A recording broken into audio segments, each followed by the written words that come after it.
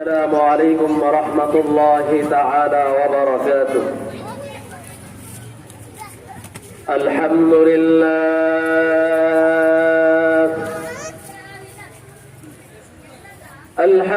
لله وكفى وسلام على عباده الذين اصطفى.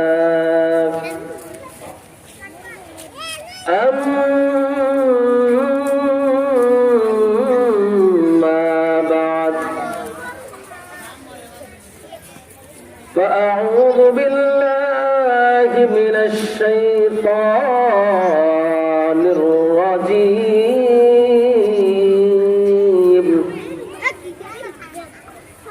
بسم الله الرحمن الرحيم. يا أيها الذين آمنوا اتقوا الله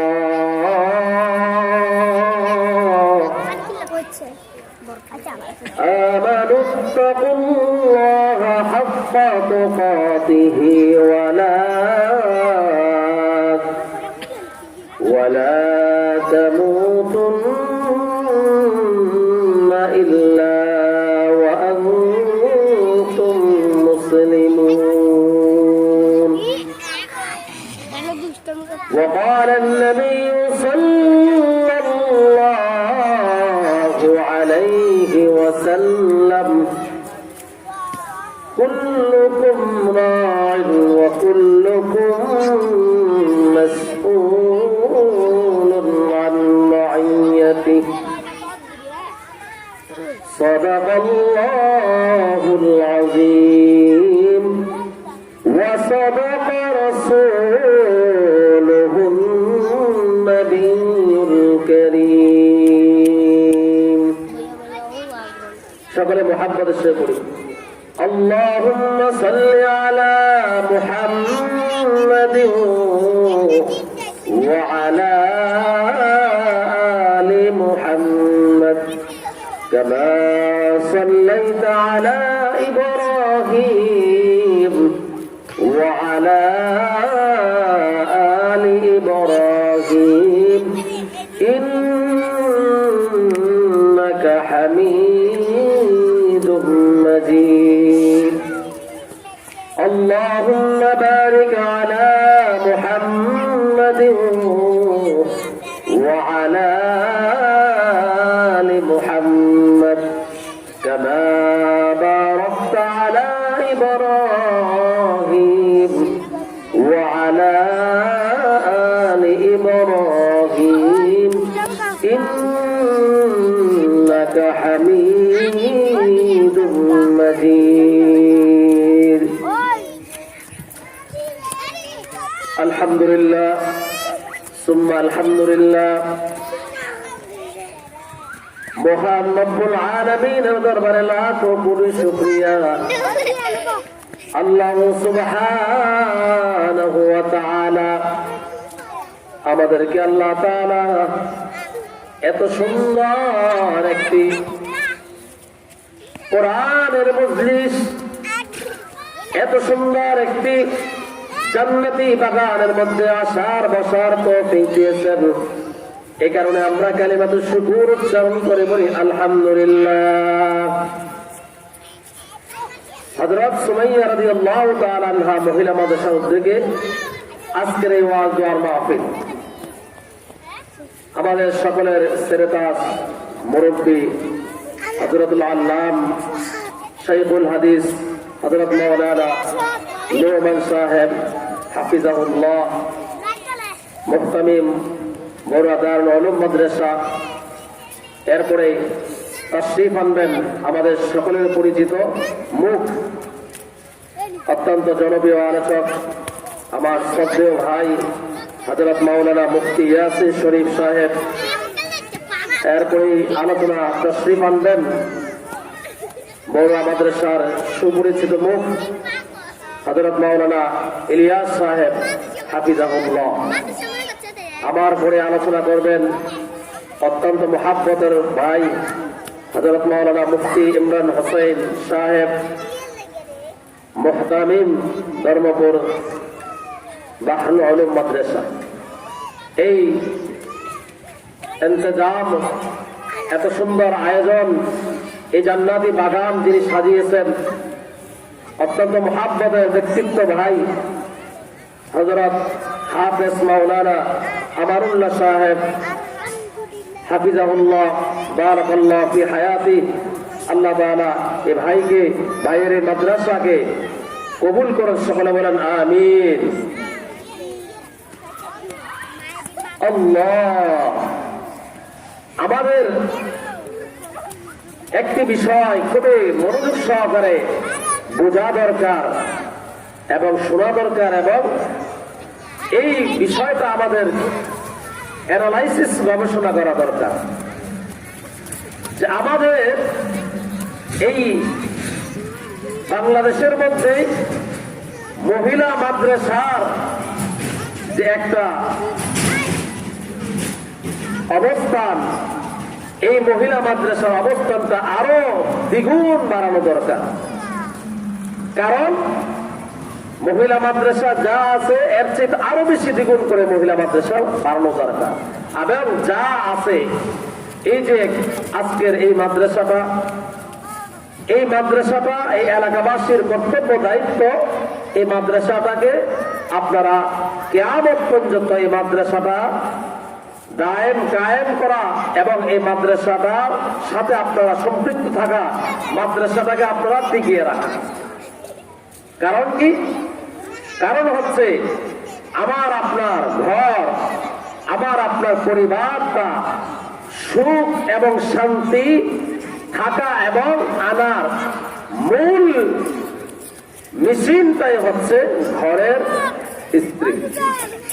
অর্থাৎ যদি ঘরের স্ত্রীটা, ঘরের বউটাই যদি ঠিক না থাকে, তাহলে ওই ঘরটার মধ্যে যতই কোটি টাকার ফার্নিচার থাকুক, যতই আলিশান অট্টালিকা ঘর থাকুক, সেই ঘরটা আর ঘর থাকে না। ওই ঘরটাকে এবং ওই সংসারটাকে যদি আপনি সুখময় এবং শান্তিময় রাখতে চান, করতে চান, তাহলে আপনাকে সর্বপ্রথম যে কাজটা করতে হবে, আপনার ঘরের মধ্যে একজন পরেশগারিতা, একজন আল্লাহ বান্দি, আল্লাহওয়ালা বুজুর্গ, যার মধ্যে আল্লাহর ভয় আছে, তাকওয়া আছে, পরেশগারিতা আছে, এরকম একজন রাবেয়া বস্তির মতো এরকম একজন যদি আপনি স্ত্রী আনতে পারেন, বা আপনার ছেলের বউ হিসেবে আনতে পারেন, বা আপনার মেয়েটাকে এরকম উপযুক্ত বানাইতে পারেন, তাহলে আপনার এই ঘরটা দেখবেন শান্তিময় এবং সুখময় হয়ে যাবে। যদি আমরা আমাদের পরিবারের মধ্যে সুখ শান্তি এবং নিজেও সুখী থাকতে চাই এবং ঘরটাকেও সুখের একটি ঘর বানাইতে চাই এবং রাখতে চাই, তাহলে প্রথমে আমাদের কাজ করতে হবে, প্রথমে আমাদের যেই জিনিসটা করতে হবে, আমার আপনার ঘরের যতগুলো সদস্য আছে, প্রত্যেকটা সদস্যের মধ্যে আল্লাহর ভয় তাকওয়া আছে কিনা সেটা দেখা লাগবে। যদি আমার আপনার পরিবারের প্রতিটি সদস্যের মধ্যে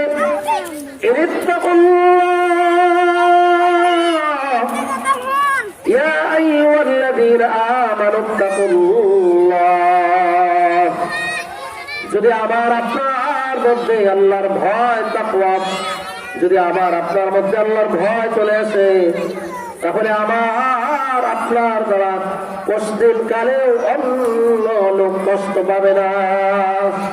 যদি আমার স্ত্রীর মধ্যে, আমার মেয়ের মধ্যে, আমার বোনের মধ্যে আল্লাহর ভয় তাকওয়া পরেশগারিতা চলে আসে, যদি আল্লাহর ভয় তাদের মধ্যে থাকে, তাহলে কষ্টিন কালেও তারা এই ঘরের মধ্যে অবাধ ঝগড়া এবং হিংসাত্মক কোনো কাজ করতে পারবে না। যদি শাশুড়ির মধ্যেও এবং স্ত্রীর মধ্যেও আল্লাহর ভয় থাকে, তাহলে ওই ঘরের মধ্যে কোনোদিন ওই শাশুড়ির ঝগড়া বিবাদ হবে না, কোনোদিন আর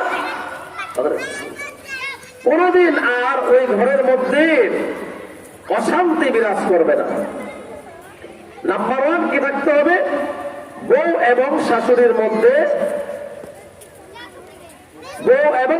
মধ্যে যদি আল্লাহর ভয় তাকওয়া থাকে, যদি তাদের মধ্যে তাকওয়াটা চলে আসে, তাকওয়া অর্জন করতে পারে, তখন শাশুড়ির দিক দিয়ে চিন্তা করবে আমি আমার ছেলের বউর সাথে যত অন্যায় করব সেটা আল্লাহর কাছে জবাবদিহি করতে হবে। আবার ওই দিক দিয়ে বউ মা সেও চিন্তা করবে যে আমি যদি আমার শ্বশুর শাশুড়ির সাথে, আমার স্বামীর সাথে যদি কোনো অন্যায় করি, জুলুম করি, তাদের যদি হক আমি সঠিকভাবে আদায় না করি, তাহলে আল্লাহর কাছে জবাবদিহি করতে হবে। এটা কখন আসবে? যখন উভয় পক্ষের মধ্যে আল্লাহর ভয় তাকওয়া থাকবে। আর যদি তাকওয়া না থাকে তাহলে ওই ঘরের সদস্যদের মধ্যে কোনো শৃঙ্খলা, কোনো ধরনের শান্তি বিরাজ করবে না। এই কারণে আগে আমাদের ঘরের মধ্যে শান্তি, সুখ এবং শান্তি আনার জন্য আমাদের যেই কাজটা করতে হবে, আমাদের সকলের তাকওয়া অর্জন করতে হবে। এখন তাকওয়া আসবে কিভাবে? আল্লাহ তাআলা বলেন ওয়াকুনু মা'আস সাদিকিন, তোমরা সালেহদের সাথে, সত্যবাদীদের সাথে এবং সৎ মানুষদের সাথে, আল্লাহওয়ালা বুজুর্গদের সাথে তোমরা তাদের সাথে উঠা বসা করো, তাদের সাথে তোমরা কি করো? তাদের সান্নিধ্য অর্জন করো এবং তাদের সাথে তোমরা সুসম্পর্ক রাখো। আর মহিলাদের বিষয়, যারা মহিলাদের মধ্যে হাফেজা আলেমা, দিনদারিতা, ফরজদারিতা অর্জন করেছে, যে সমস্ত মা বোনেরা দিন থেকে মাহরুম, দিনের লাইনে তারা তাদের জীবনের একটা অংশ পার করতে পারে নাই, দিনের বিষয়ে তারা অজ্ঞ, দিনের মেহনত তাদের মধ্যে নাই, তাদের উচিত হবে এই সমস্ত মাদ্রাসার মধ্যে এসে যাদের মধ্যে দ্বীনের আলেম আছে, কোরআনের আলেম আছে, হাদিসের আলেম আছে, হাফেজা এবং আলেমা, ওনাদের সান্নিধ্যে, ওনাদের সুহবতে থেকে দ্বীনের জ্ঞান অর্জন করা। আপনারা মা বোনেরা যদি মাদ্রাসার যে তালিম হয়, মহিলাদেরকে যে তালিম করানো হয়, ওই তালিমের মধ্যে যদি আপনারা সম্পৃক্ত থাকেন, মাদ্রাসার সাথে যদি আপনারা আসা যাওয়া করেন, তাহলে ওয়াকুনু মা'আস সাদিকিন, এই সালেহদের সাথে থাকার কারণে আল্লাহ তাআলা আপনাদের তাকওয়া, ফরজদারিতা বৃদ্ধি করে দিবেন। দেখুন, তাকওয়া যদি চলে আসে তাহলে আমাদের মধ্যে আর কোনো অশান্তি বিরাজ করবে না, আমাদের মধ্যে আর কোনো দুঃখ, হতাশা, টেনশন, ডিপ্রেশন কোনো কিছু থাকবে না, যদি আমরা তাকওয়া অর্জন করতে পারি। দেখেন, একজন যুবক সেই মদিনার মধ্যে সফরের মধ্যে বাইরে হয়েছেন, খলিফাতুল মুসলিমিন হযরত ওমর ফারুক রাদিয়াল্লাহু তাআলা আনহুর কাছে দেখা করবেন। তার বাড়ি থেকে মদিনা 300 মাইল দূরত্ব। সেই মদিনার মধ্যে এসে হযরত ওমর ফারুক রাদিয়াল্লাহু তাআলা আনহুর সাথে সাক্ষাৎ করবেন। এই কারণে বাড়ি থেকে সফরে বাহির হলেন। প্রতিমধ্যে সফর করতে করতে ক্লান্ত হয়ে গেলেন। একটি বাগানের পাশে এসে তার ঘোড়াটাকে রেখে সে ক্লান্ত হয়ে ঘুমিয়ে গেল। ঘোড়াটা যে গাছটার মধ্যে ঘোড়াটা বেঁধে রাখছিল, ঘোড়াটা ওই গাছের বাদল থেকে ছুটে গেল এবং ওই তার শহরে ঘোড়াটা বাগানের মধ্যে একজন কৃষক নতুন করে গাছ লাগাইছে, নতুন গাছ। ওই ঘোড়াটা ওই বাগান দিয়ে ওই হাঁটার কারণে, বাগানের মধ্যে চলার কারণে তার ছোট ছোট নতুন সব গাছগুলা ভেঙে গেছে, সব গাছগুলা নষ্ট হয়ে গেছে। আর ওই দিক দিয়ে ওই যুবক ক্লান্ত শরীরে ঘুমিয়ে পড়ছে। এবার ওই জমির মালিক এসে দেখে তার সব ফসলগুলা চারাগুলা ভেঙে গেছে, নষ্ট হয়ে গেছে। সে দেখলো একটি ঘোড়া তার নতুন যে জমি থেকে ফসলগুলা আসলে সব ফসলগুলা নষ্ট হয়ে গেছে। সে এই দৃশ্য থেকে নিজেকে আর আটকে রাখতে পারলো না, এই দৃশ্যটা আর সহ্য করতে পারলো না। সে রাগান্বিত হয়ে, গুসা হয়ে ওই ঘোড়াটাকে একটি পাথর দিয়ে আঘাত করলো। পাথর দিয়ে আঘাত করেছিল যেন ঘোড়াটা তার বসতি জমি থেকে চলে যায়, দূরে চলে যায়। বসতি জমিন থেকে যেন ওই ঘোড়াটা দূরে চলে যায়, এই কারণেই সে ওই ঘোড়াটাকে মাথায় আঘাত করে। কিন্তু ঘটনা অন্যটা ঘটে গেল। ওই পাথরের আঘাতটা ঘোড়ার মাথার মধ্যে লাগার কারণে সঙ্গে সঙ্গে ঘোড়াটা মাটির মধ্যে পড়ে গেল এবং রক্তক্ষরণ হয়ে মুহূর্তের মধ্যে ওই ঘোড়াটা মারা গেছে। এবার ওই জমির মালিক কৃষক চিন্তা করলো, হাই রে, আমি তো এই ঘোড়াকে হত্যা করার জন্য পাথর নিক্ষেপ করি নাই, আমার যে উদ্দেশ্য ছিল সেই জন্য আমার বস্তি জমিন থেকে সরে যায়, এটা কি হলো? ঘোড়াটা রক্তক্ষরণ হয়ে মারা গেছে, এখন আমি কি করব? আমার তো নিয়ত এবং উদ্দেশ্য তাকে হত্যা করার ছিল না। আর ওই দিক দিয়ে ওই যুবক সেই ঘুম থেকে উঠে দেখে তার ঘোড়া, তার সাওয়ারিটা নাই। সে খুঁজতে খুঁজতে এসে দেখে তার ঘোড়াটা ওই পশলি ক্ষেতের মধ্যে একদম রক্তক্ষরণ হয়ে মরে শুয়ে আছে। পাশে ওই জমির মালিক কৃষক দাঁড়িয়ে আছে।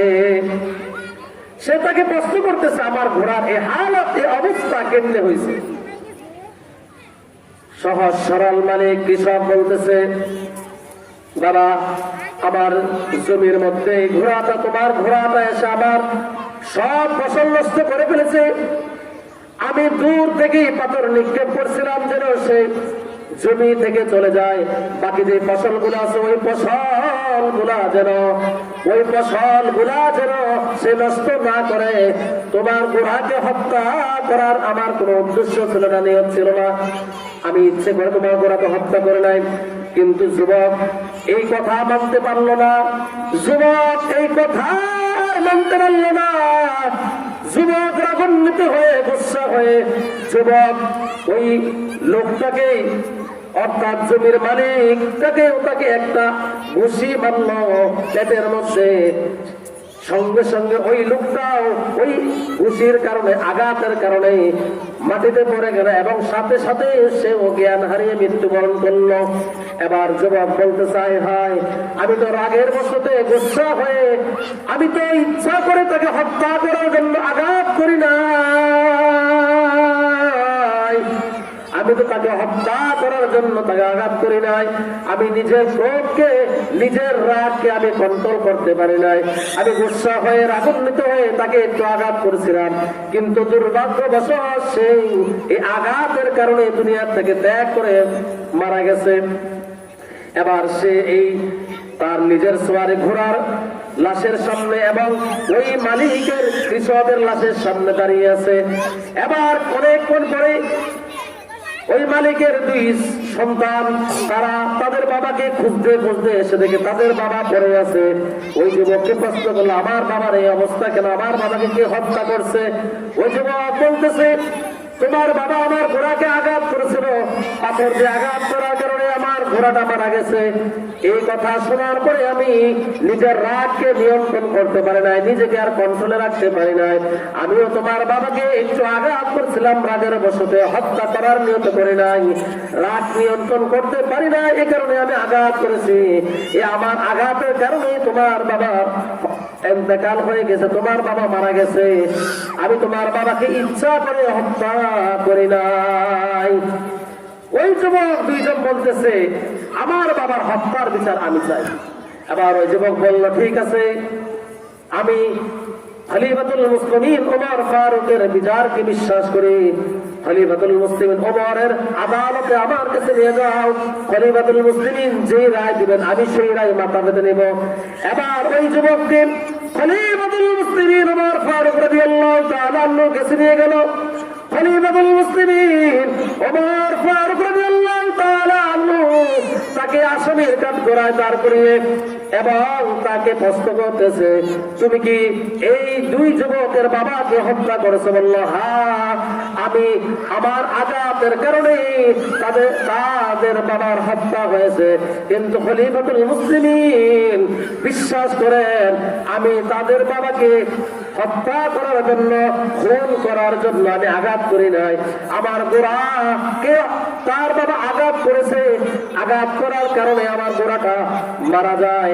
এই কারণে আমি নিজের গুসাকে, আমার রাগকে কন্ট্রোল করতে পারি নাই। আমার রাগকে কন্ট্রোল না করতে পেরে আমি তার বাবাকে হালকা একটু আঘাত করেছি। এই আঘাতের কারণে তার মৃত্যুবরণ হয়ে গেছে। কিন্তু খোদার কসম করে বলে, আমি ইচ্ছা করে তার বাবাকে হত্যা এবং খুন করি নাই। খলিফাতুল মুসলিমিন ওমর ফারুক বললেন, ইসলামী আইন, ইসলামী বিচার হলো, খেলাফতের বিচার ব্যবস্থা হলো খুনের বদলা খুন, কিসাস, হত্যার বদলে হত্যা। যেহেতু তোমার আঘাতের কারণে তার বাবা খুন হয়েছে, হত্যা হয়েছে, এখন তোমাকেও এর জন্য শাস্তি পেতে হবে। এর জন্য তোমাকেও ফাঁসির কার্যকর, তোমার বিরুদ্ধে ফাঁসির আইন জারি তোমার, এবং ফাঁসি হয়ে যাবে, চূড়ান্ত শাস্তি ফাঁসি। কারণ হত্যার মধ্যে হত্যা, তোমাকেও হত্যা করা হবে। বলো, তোমার এই জীবনের শেষ মুহূর্তে কোনো ইচ্ছা আছে কিনা? আগামী মাসের প্রথম শুক্রবার জুমার পরে মসজিদে নববীর সামনে তোমার বিচার কার্যকর হবে, তোমার মৃত্যুদণ্ড হবে। যুবক বলতেছে, খলিফাতুল মুসলিমিন, আমার কোনো ইচ্ছা, আমার কোনো চাওয়া নাই। আপনি যে রায় দিয়েছেন, খেলাফতের যে ব্যবস্থা, আমি খেলাফত শরীয়ত বিশ্বাস করি, আমি এই বিচার প্রতি সন্তুষ্ট, আমি শরীয়তের এই শাস্তির প্রতি আমি সন্তুষ্ট, আমি বিচার মাথা বেঁধে নিলাম। তবে আমার দুনিয়ার প্রতি কোনো চাওয়া পাওয়া ইচ্ছা নাই। আমার একটা চাওয়া, আমার একটা ইচ্ছা, যদি আপনি আমাকে সুযোগ দেন, আমার বাজারের মধ্যে, আমার বাড়ির পাশে একটি বাজারের মধ্যে আমি একজন ইহুদির থেকে কিছু মাল ক্রয় করছিলাম, কিছু মাল কিনছিলাম, সেই ইহুদি আমার থেকে কিছু টাকা পায়। আপনি যদি আমাকে সুযোগ দেন, তাহলে আমি ওই ইহুদির ঋণটা পরিশোধ করে আসবো।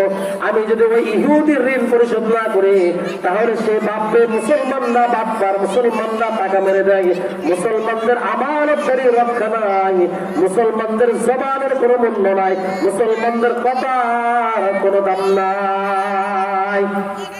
শুধু আমাকে একটু সুযোগ দেন, আমি বাড়ি থেকে, আমার মা বাবা থেকে বিদায় নিয়ে আসবো, আর ওই ইহুদির ঋণটা পরিশোধ করে আসবো। এবার খলিফাতুল মুসলিমিন ওমর ফারুক রাদিয়াল্লাহু তাআলা বলতেছেন, তোমাকে তো এইভাবে ছাড়া যায় না, তুমি একজন দণ্ডপ্রাপ্ত আসামি খুনি। মদিনার মধ্যে তোমার এমন কোন আত্মীয় স্বজন আছে কিনা, যাকে সাক্ষী রেখে যাও। এবার ওই যুবক বলতেছে, খলিফাতুল মুসলিমিন, এ মদিনার মধ্যে আমার পরিচিত এমন কেউ নাই, আমার আত্মীয় স্বজন তো দূরের কথা। এ মদিনার মধ্যে আমি প্রথম আসছি, আমার সফরের উদ্দেশ্য ছিল এখান থেকে 300 মাইল দূরে আমার বাড়ি, শুধু আপনার সাথে সাক্ষাৎ করব। এই কারণে আপনি নবীজির একজন সাহাবী, আমি নবীজিকে দেখি নাই, কিন্তু আপনার এই সাথে সাক্ষাৎ করবো এই নিয়তে আমি সফর থেকে বাইরে হয়েছিলাম। এই মদিনার মধ্যে আমার আপন বলতে কেউ নাই। এবার খলিফাতুল মুসলিমিন বলতেছেন, তাহলে তো তোমাকে কোনোভাবেই এখান থেকে যাইতে দেওয়া যাবে না, অনুমতি নাই। এবার জল্লাদকে বললেন, তাকে নিয়ে যাও, তাকে তোমরা কারাগারে নিক্ষেপ করো। আগামী মাসের প্রথম শুক্রবারে জুমার পরে তার মৃত্যুদণ্ড কার্যকর হবে, তাকে নিয়ে যাও। এমনই সময় মদিনার মসজিদ থেকে আওয়াজ, ও জল্লাদ, তুমি খানা খাবো। খলিফাতুল মুসলিমিন ওমর উদ্দেশ্য করে একজন যুবক মসজিদে নববী থেকে চিৎকার করতেছে যে তাকে থামান, তাকে থামান। এবার সব মানুষ অবাক হয়ে গেলেন, কে ডাকতেছে? দেখলেন একজন যুবক মসজিদে নববী থেকে আসতেছে, আর ডাকতেছে, তোমরা থামো, থামো, থামো। এবার সবাই তাকিয়ে দেখলেন সে একজন নবীজির একজন সাহাবী, বিখ্যাত একজন সাহাবী হযরত আবু যর গফারী রাদিয়াল্লাহু তাআলা আনহু, যিনি খেয়ে না খেয়ে সব সময় নবীজির দরবারে পড়েছিলেন। এত মুহাব্বত, এত ভালোবাসা নবীর প্রতি, এত মুহাব্বত, এত ভালোবাসা হযরত আবু যর গফারী রাদিয়াল্লাহু তাআলা আনহু, যিনি নবীজির মুহাব্বতের কারণে 24 ঘন্টা নবীজির দরবারে পড়ে থাকতেন, নিজে থাকার জন্য একটি ঘর তৈরি করেন নাই। যেই সাহাবী এত দামি সাহাবী হযরত আবু যর গফারী রাদিয়াল্লাহু তাআলা আনহু, যার ব্যাপারে নবীজি বলছেন হযরত আবু যর গফারীর নাম নিয়ে আসমানের ফেরেশতারা আসমানের মধ্যে আলোচনা করে। আবু যর গফারী এমন এক সাহাবী যার মর্যাদা, যার শান আল্লাহ তাআলা এত বাড়াইয়া দিয়েছেন, যার মর্যাদা আল্লাহ তাআলা এত বাড়াইয়া দিয়েছেন, স্বয়ং রাসূল আরবি মুহাম্মদুর রাসূলুল্লাহ সাল্লাল্লাহু আলাইহি ওয়াসাল্লাম সাহাবীদেরকে প্রশংসা করে বলেন, আমার এই সাহাবী আবু যরের প্রশংসা স্বয়ং আসমানের ফেরেশতারাও করে। আবু যর গফারীকে নবীজি প্রশ্ন করলেন, ও আবু যর গফারী, তুমি এমন কি আমল করো যে আমলের কারণে আল্লাহ তাআলার আসমানের ফেরেশতারাও তোমার প্রশংসা করে? আবু যর গফারীকে দিলেন, বললেন, ইয়া রাসূলুল্লাহ, আমি আবু যরের এমন কোন আমল নাই, তবে আমি আবু যরের 2টা আমল আমি সব সময় করি, সব সময় করার চেষ্টা করি। 1 নম্বর হচ্ছে, আমি আবু যর আজও পর্যন্ত কোনদিন অহংকার করি নাই। আজও পর্যন্ত আমি আবু যর কোন মানুষের সাথে অহংকারের সাথে আলোচনা করি নাই, অহংকারী মেজাজে কথা বলি নাই। অহংকার করা থেকে আমি আবু যরকে মুক্ত রাখার চেষ্টা করেছি, এবং আমি সব সময় আবু যর আরেকটা আমল করার চেষ্টা করেছি। যখনই আমি সুযোগ পেতাম, যখনই আমি সুযোগ পাই, তখনই আমি উপরে কুল হুয়াল্লাহু আহাদ আল্লাহুস সামাদ লাম ইয়ালিদ ওয়া লাম ইউলাদ ওয়া লাম ইয়াকুল লাহু কুফুয়ান আহাদ। ইয়া রাসূলুল্লাহ, ইয়া হাবিবাল্লাহ, আপনি আমাদেরকে বলছিলেন এই সূরা ইখলাস যত বেশি পড়ব আল্লাহ তাআলা তত মর্যাদা বাড়ায় দিবেন। আপনার জবান থেকে কথা শোনার পরে আমি আজও পর্যন্ত আবু যর যখনই সুযোগ পেতাম তখনই সুযোগটাকে কাজে লাগিয়ে সূরাতুল ইখলাসের উপর বেশি বেশি করে আমল করতাম। তখন নবীজি বললেন, ও আবু যর, তোমার এই 2 গুণের কারণে, তোমার এই 2টি আমলের কারণে আল্লাহ তাআলা তোমার মর্যাদা, তোমার শান, তোমার মাকাম, তোমার ইজ্জত এত বাড়িয়ে দিয়েছেন। স্বয়ং আসমানের ফেরেশতারাও তোমার নামের প্রশংসা করে বলেন সুবহানাল্লাহ। ওই আবু যর গফারী বলতেছেন, খলিফাতুল মুসলিমিন, আমি এই খুনির জিম্মাদারি সাক্ষী হয়ে গেলাম। আপনি এই খুনিকে আপনি তার শেষ ইচ্ছাটা পূরণ করতে দেন। আমি তার রাজ সাক্ষী হয়ে গেলাম, তার জিম্মাদারি হয়ে গেলাম। আবু যর গফারী রাদিয়াল্লাহু তাআলা এই কথা শুনে খলিফাতুল মুসলিমিন ওমর ফারুক রাদিয়াল্লাহু তাআলা বলতেছেন, ও আবু যর, তুমি কি বুঝি শুনে বলতেছো নাকি? যদি এই খুনের আসামি সময় মতো শুক্রবার জুমার আগে উপস্থিত না হয়, যদি সে উপস্থিত না হয়, তাহলে তোমাকে এই খুনের জায়গায়, তোমাকে খুনের জায়গায় মৃত্যুদণ্ড করা হবে। খলিফাতুল মুসলিমিন ওমর ফারুক রাদিয়াল্লাহু তাআলা কথা শুনে আবু যর গফারী বলতেছেন, ঠিক আছে, আমি তার ব্যাপারে জিম্মাদারি দায়িত্ব নিলাম, আপনি তাকে যেতে দেন। এবার খলিফাতুল মুসলিমিন ওমর ফারুক বললেন, তুমি কি সুস্থভাবে বলতেছো? হ্যাঁ, আমি সুস্থভাবে বলতেছি, আপনি তাকে যেতে দেন। এবার ওই সফরকারীকে ওমর ফারুক রাদিয়াল্লাহু তাআলা যেতে দিলেন। সেই বাড়িতে চলে গেলেন। বাড়িতে যাওয়ার পরে তার মাকে বললেন, মা, আপনি আমাকে বিদায় দেন, আপনি আমাকে বিদায় দেন। বাবাকে বলতেছে, বাবা, আমি আপনার হক আদায় করতে পারি নাই। মাকে বলতেছে, মা আমি আপনাদের হক পরিপূর্ণভাবে আদায় করতে পারি নাই, আপনি আমাদেরকে ক্ষমা করে দেন। মা বাবা বলতেছে, বাবা কি হয়েছে তোমার? বলতেছে, মা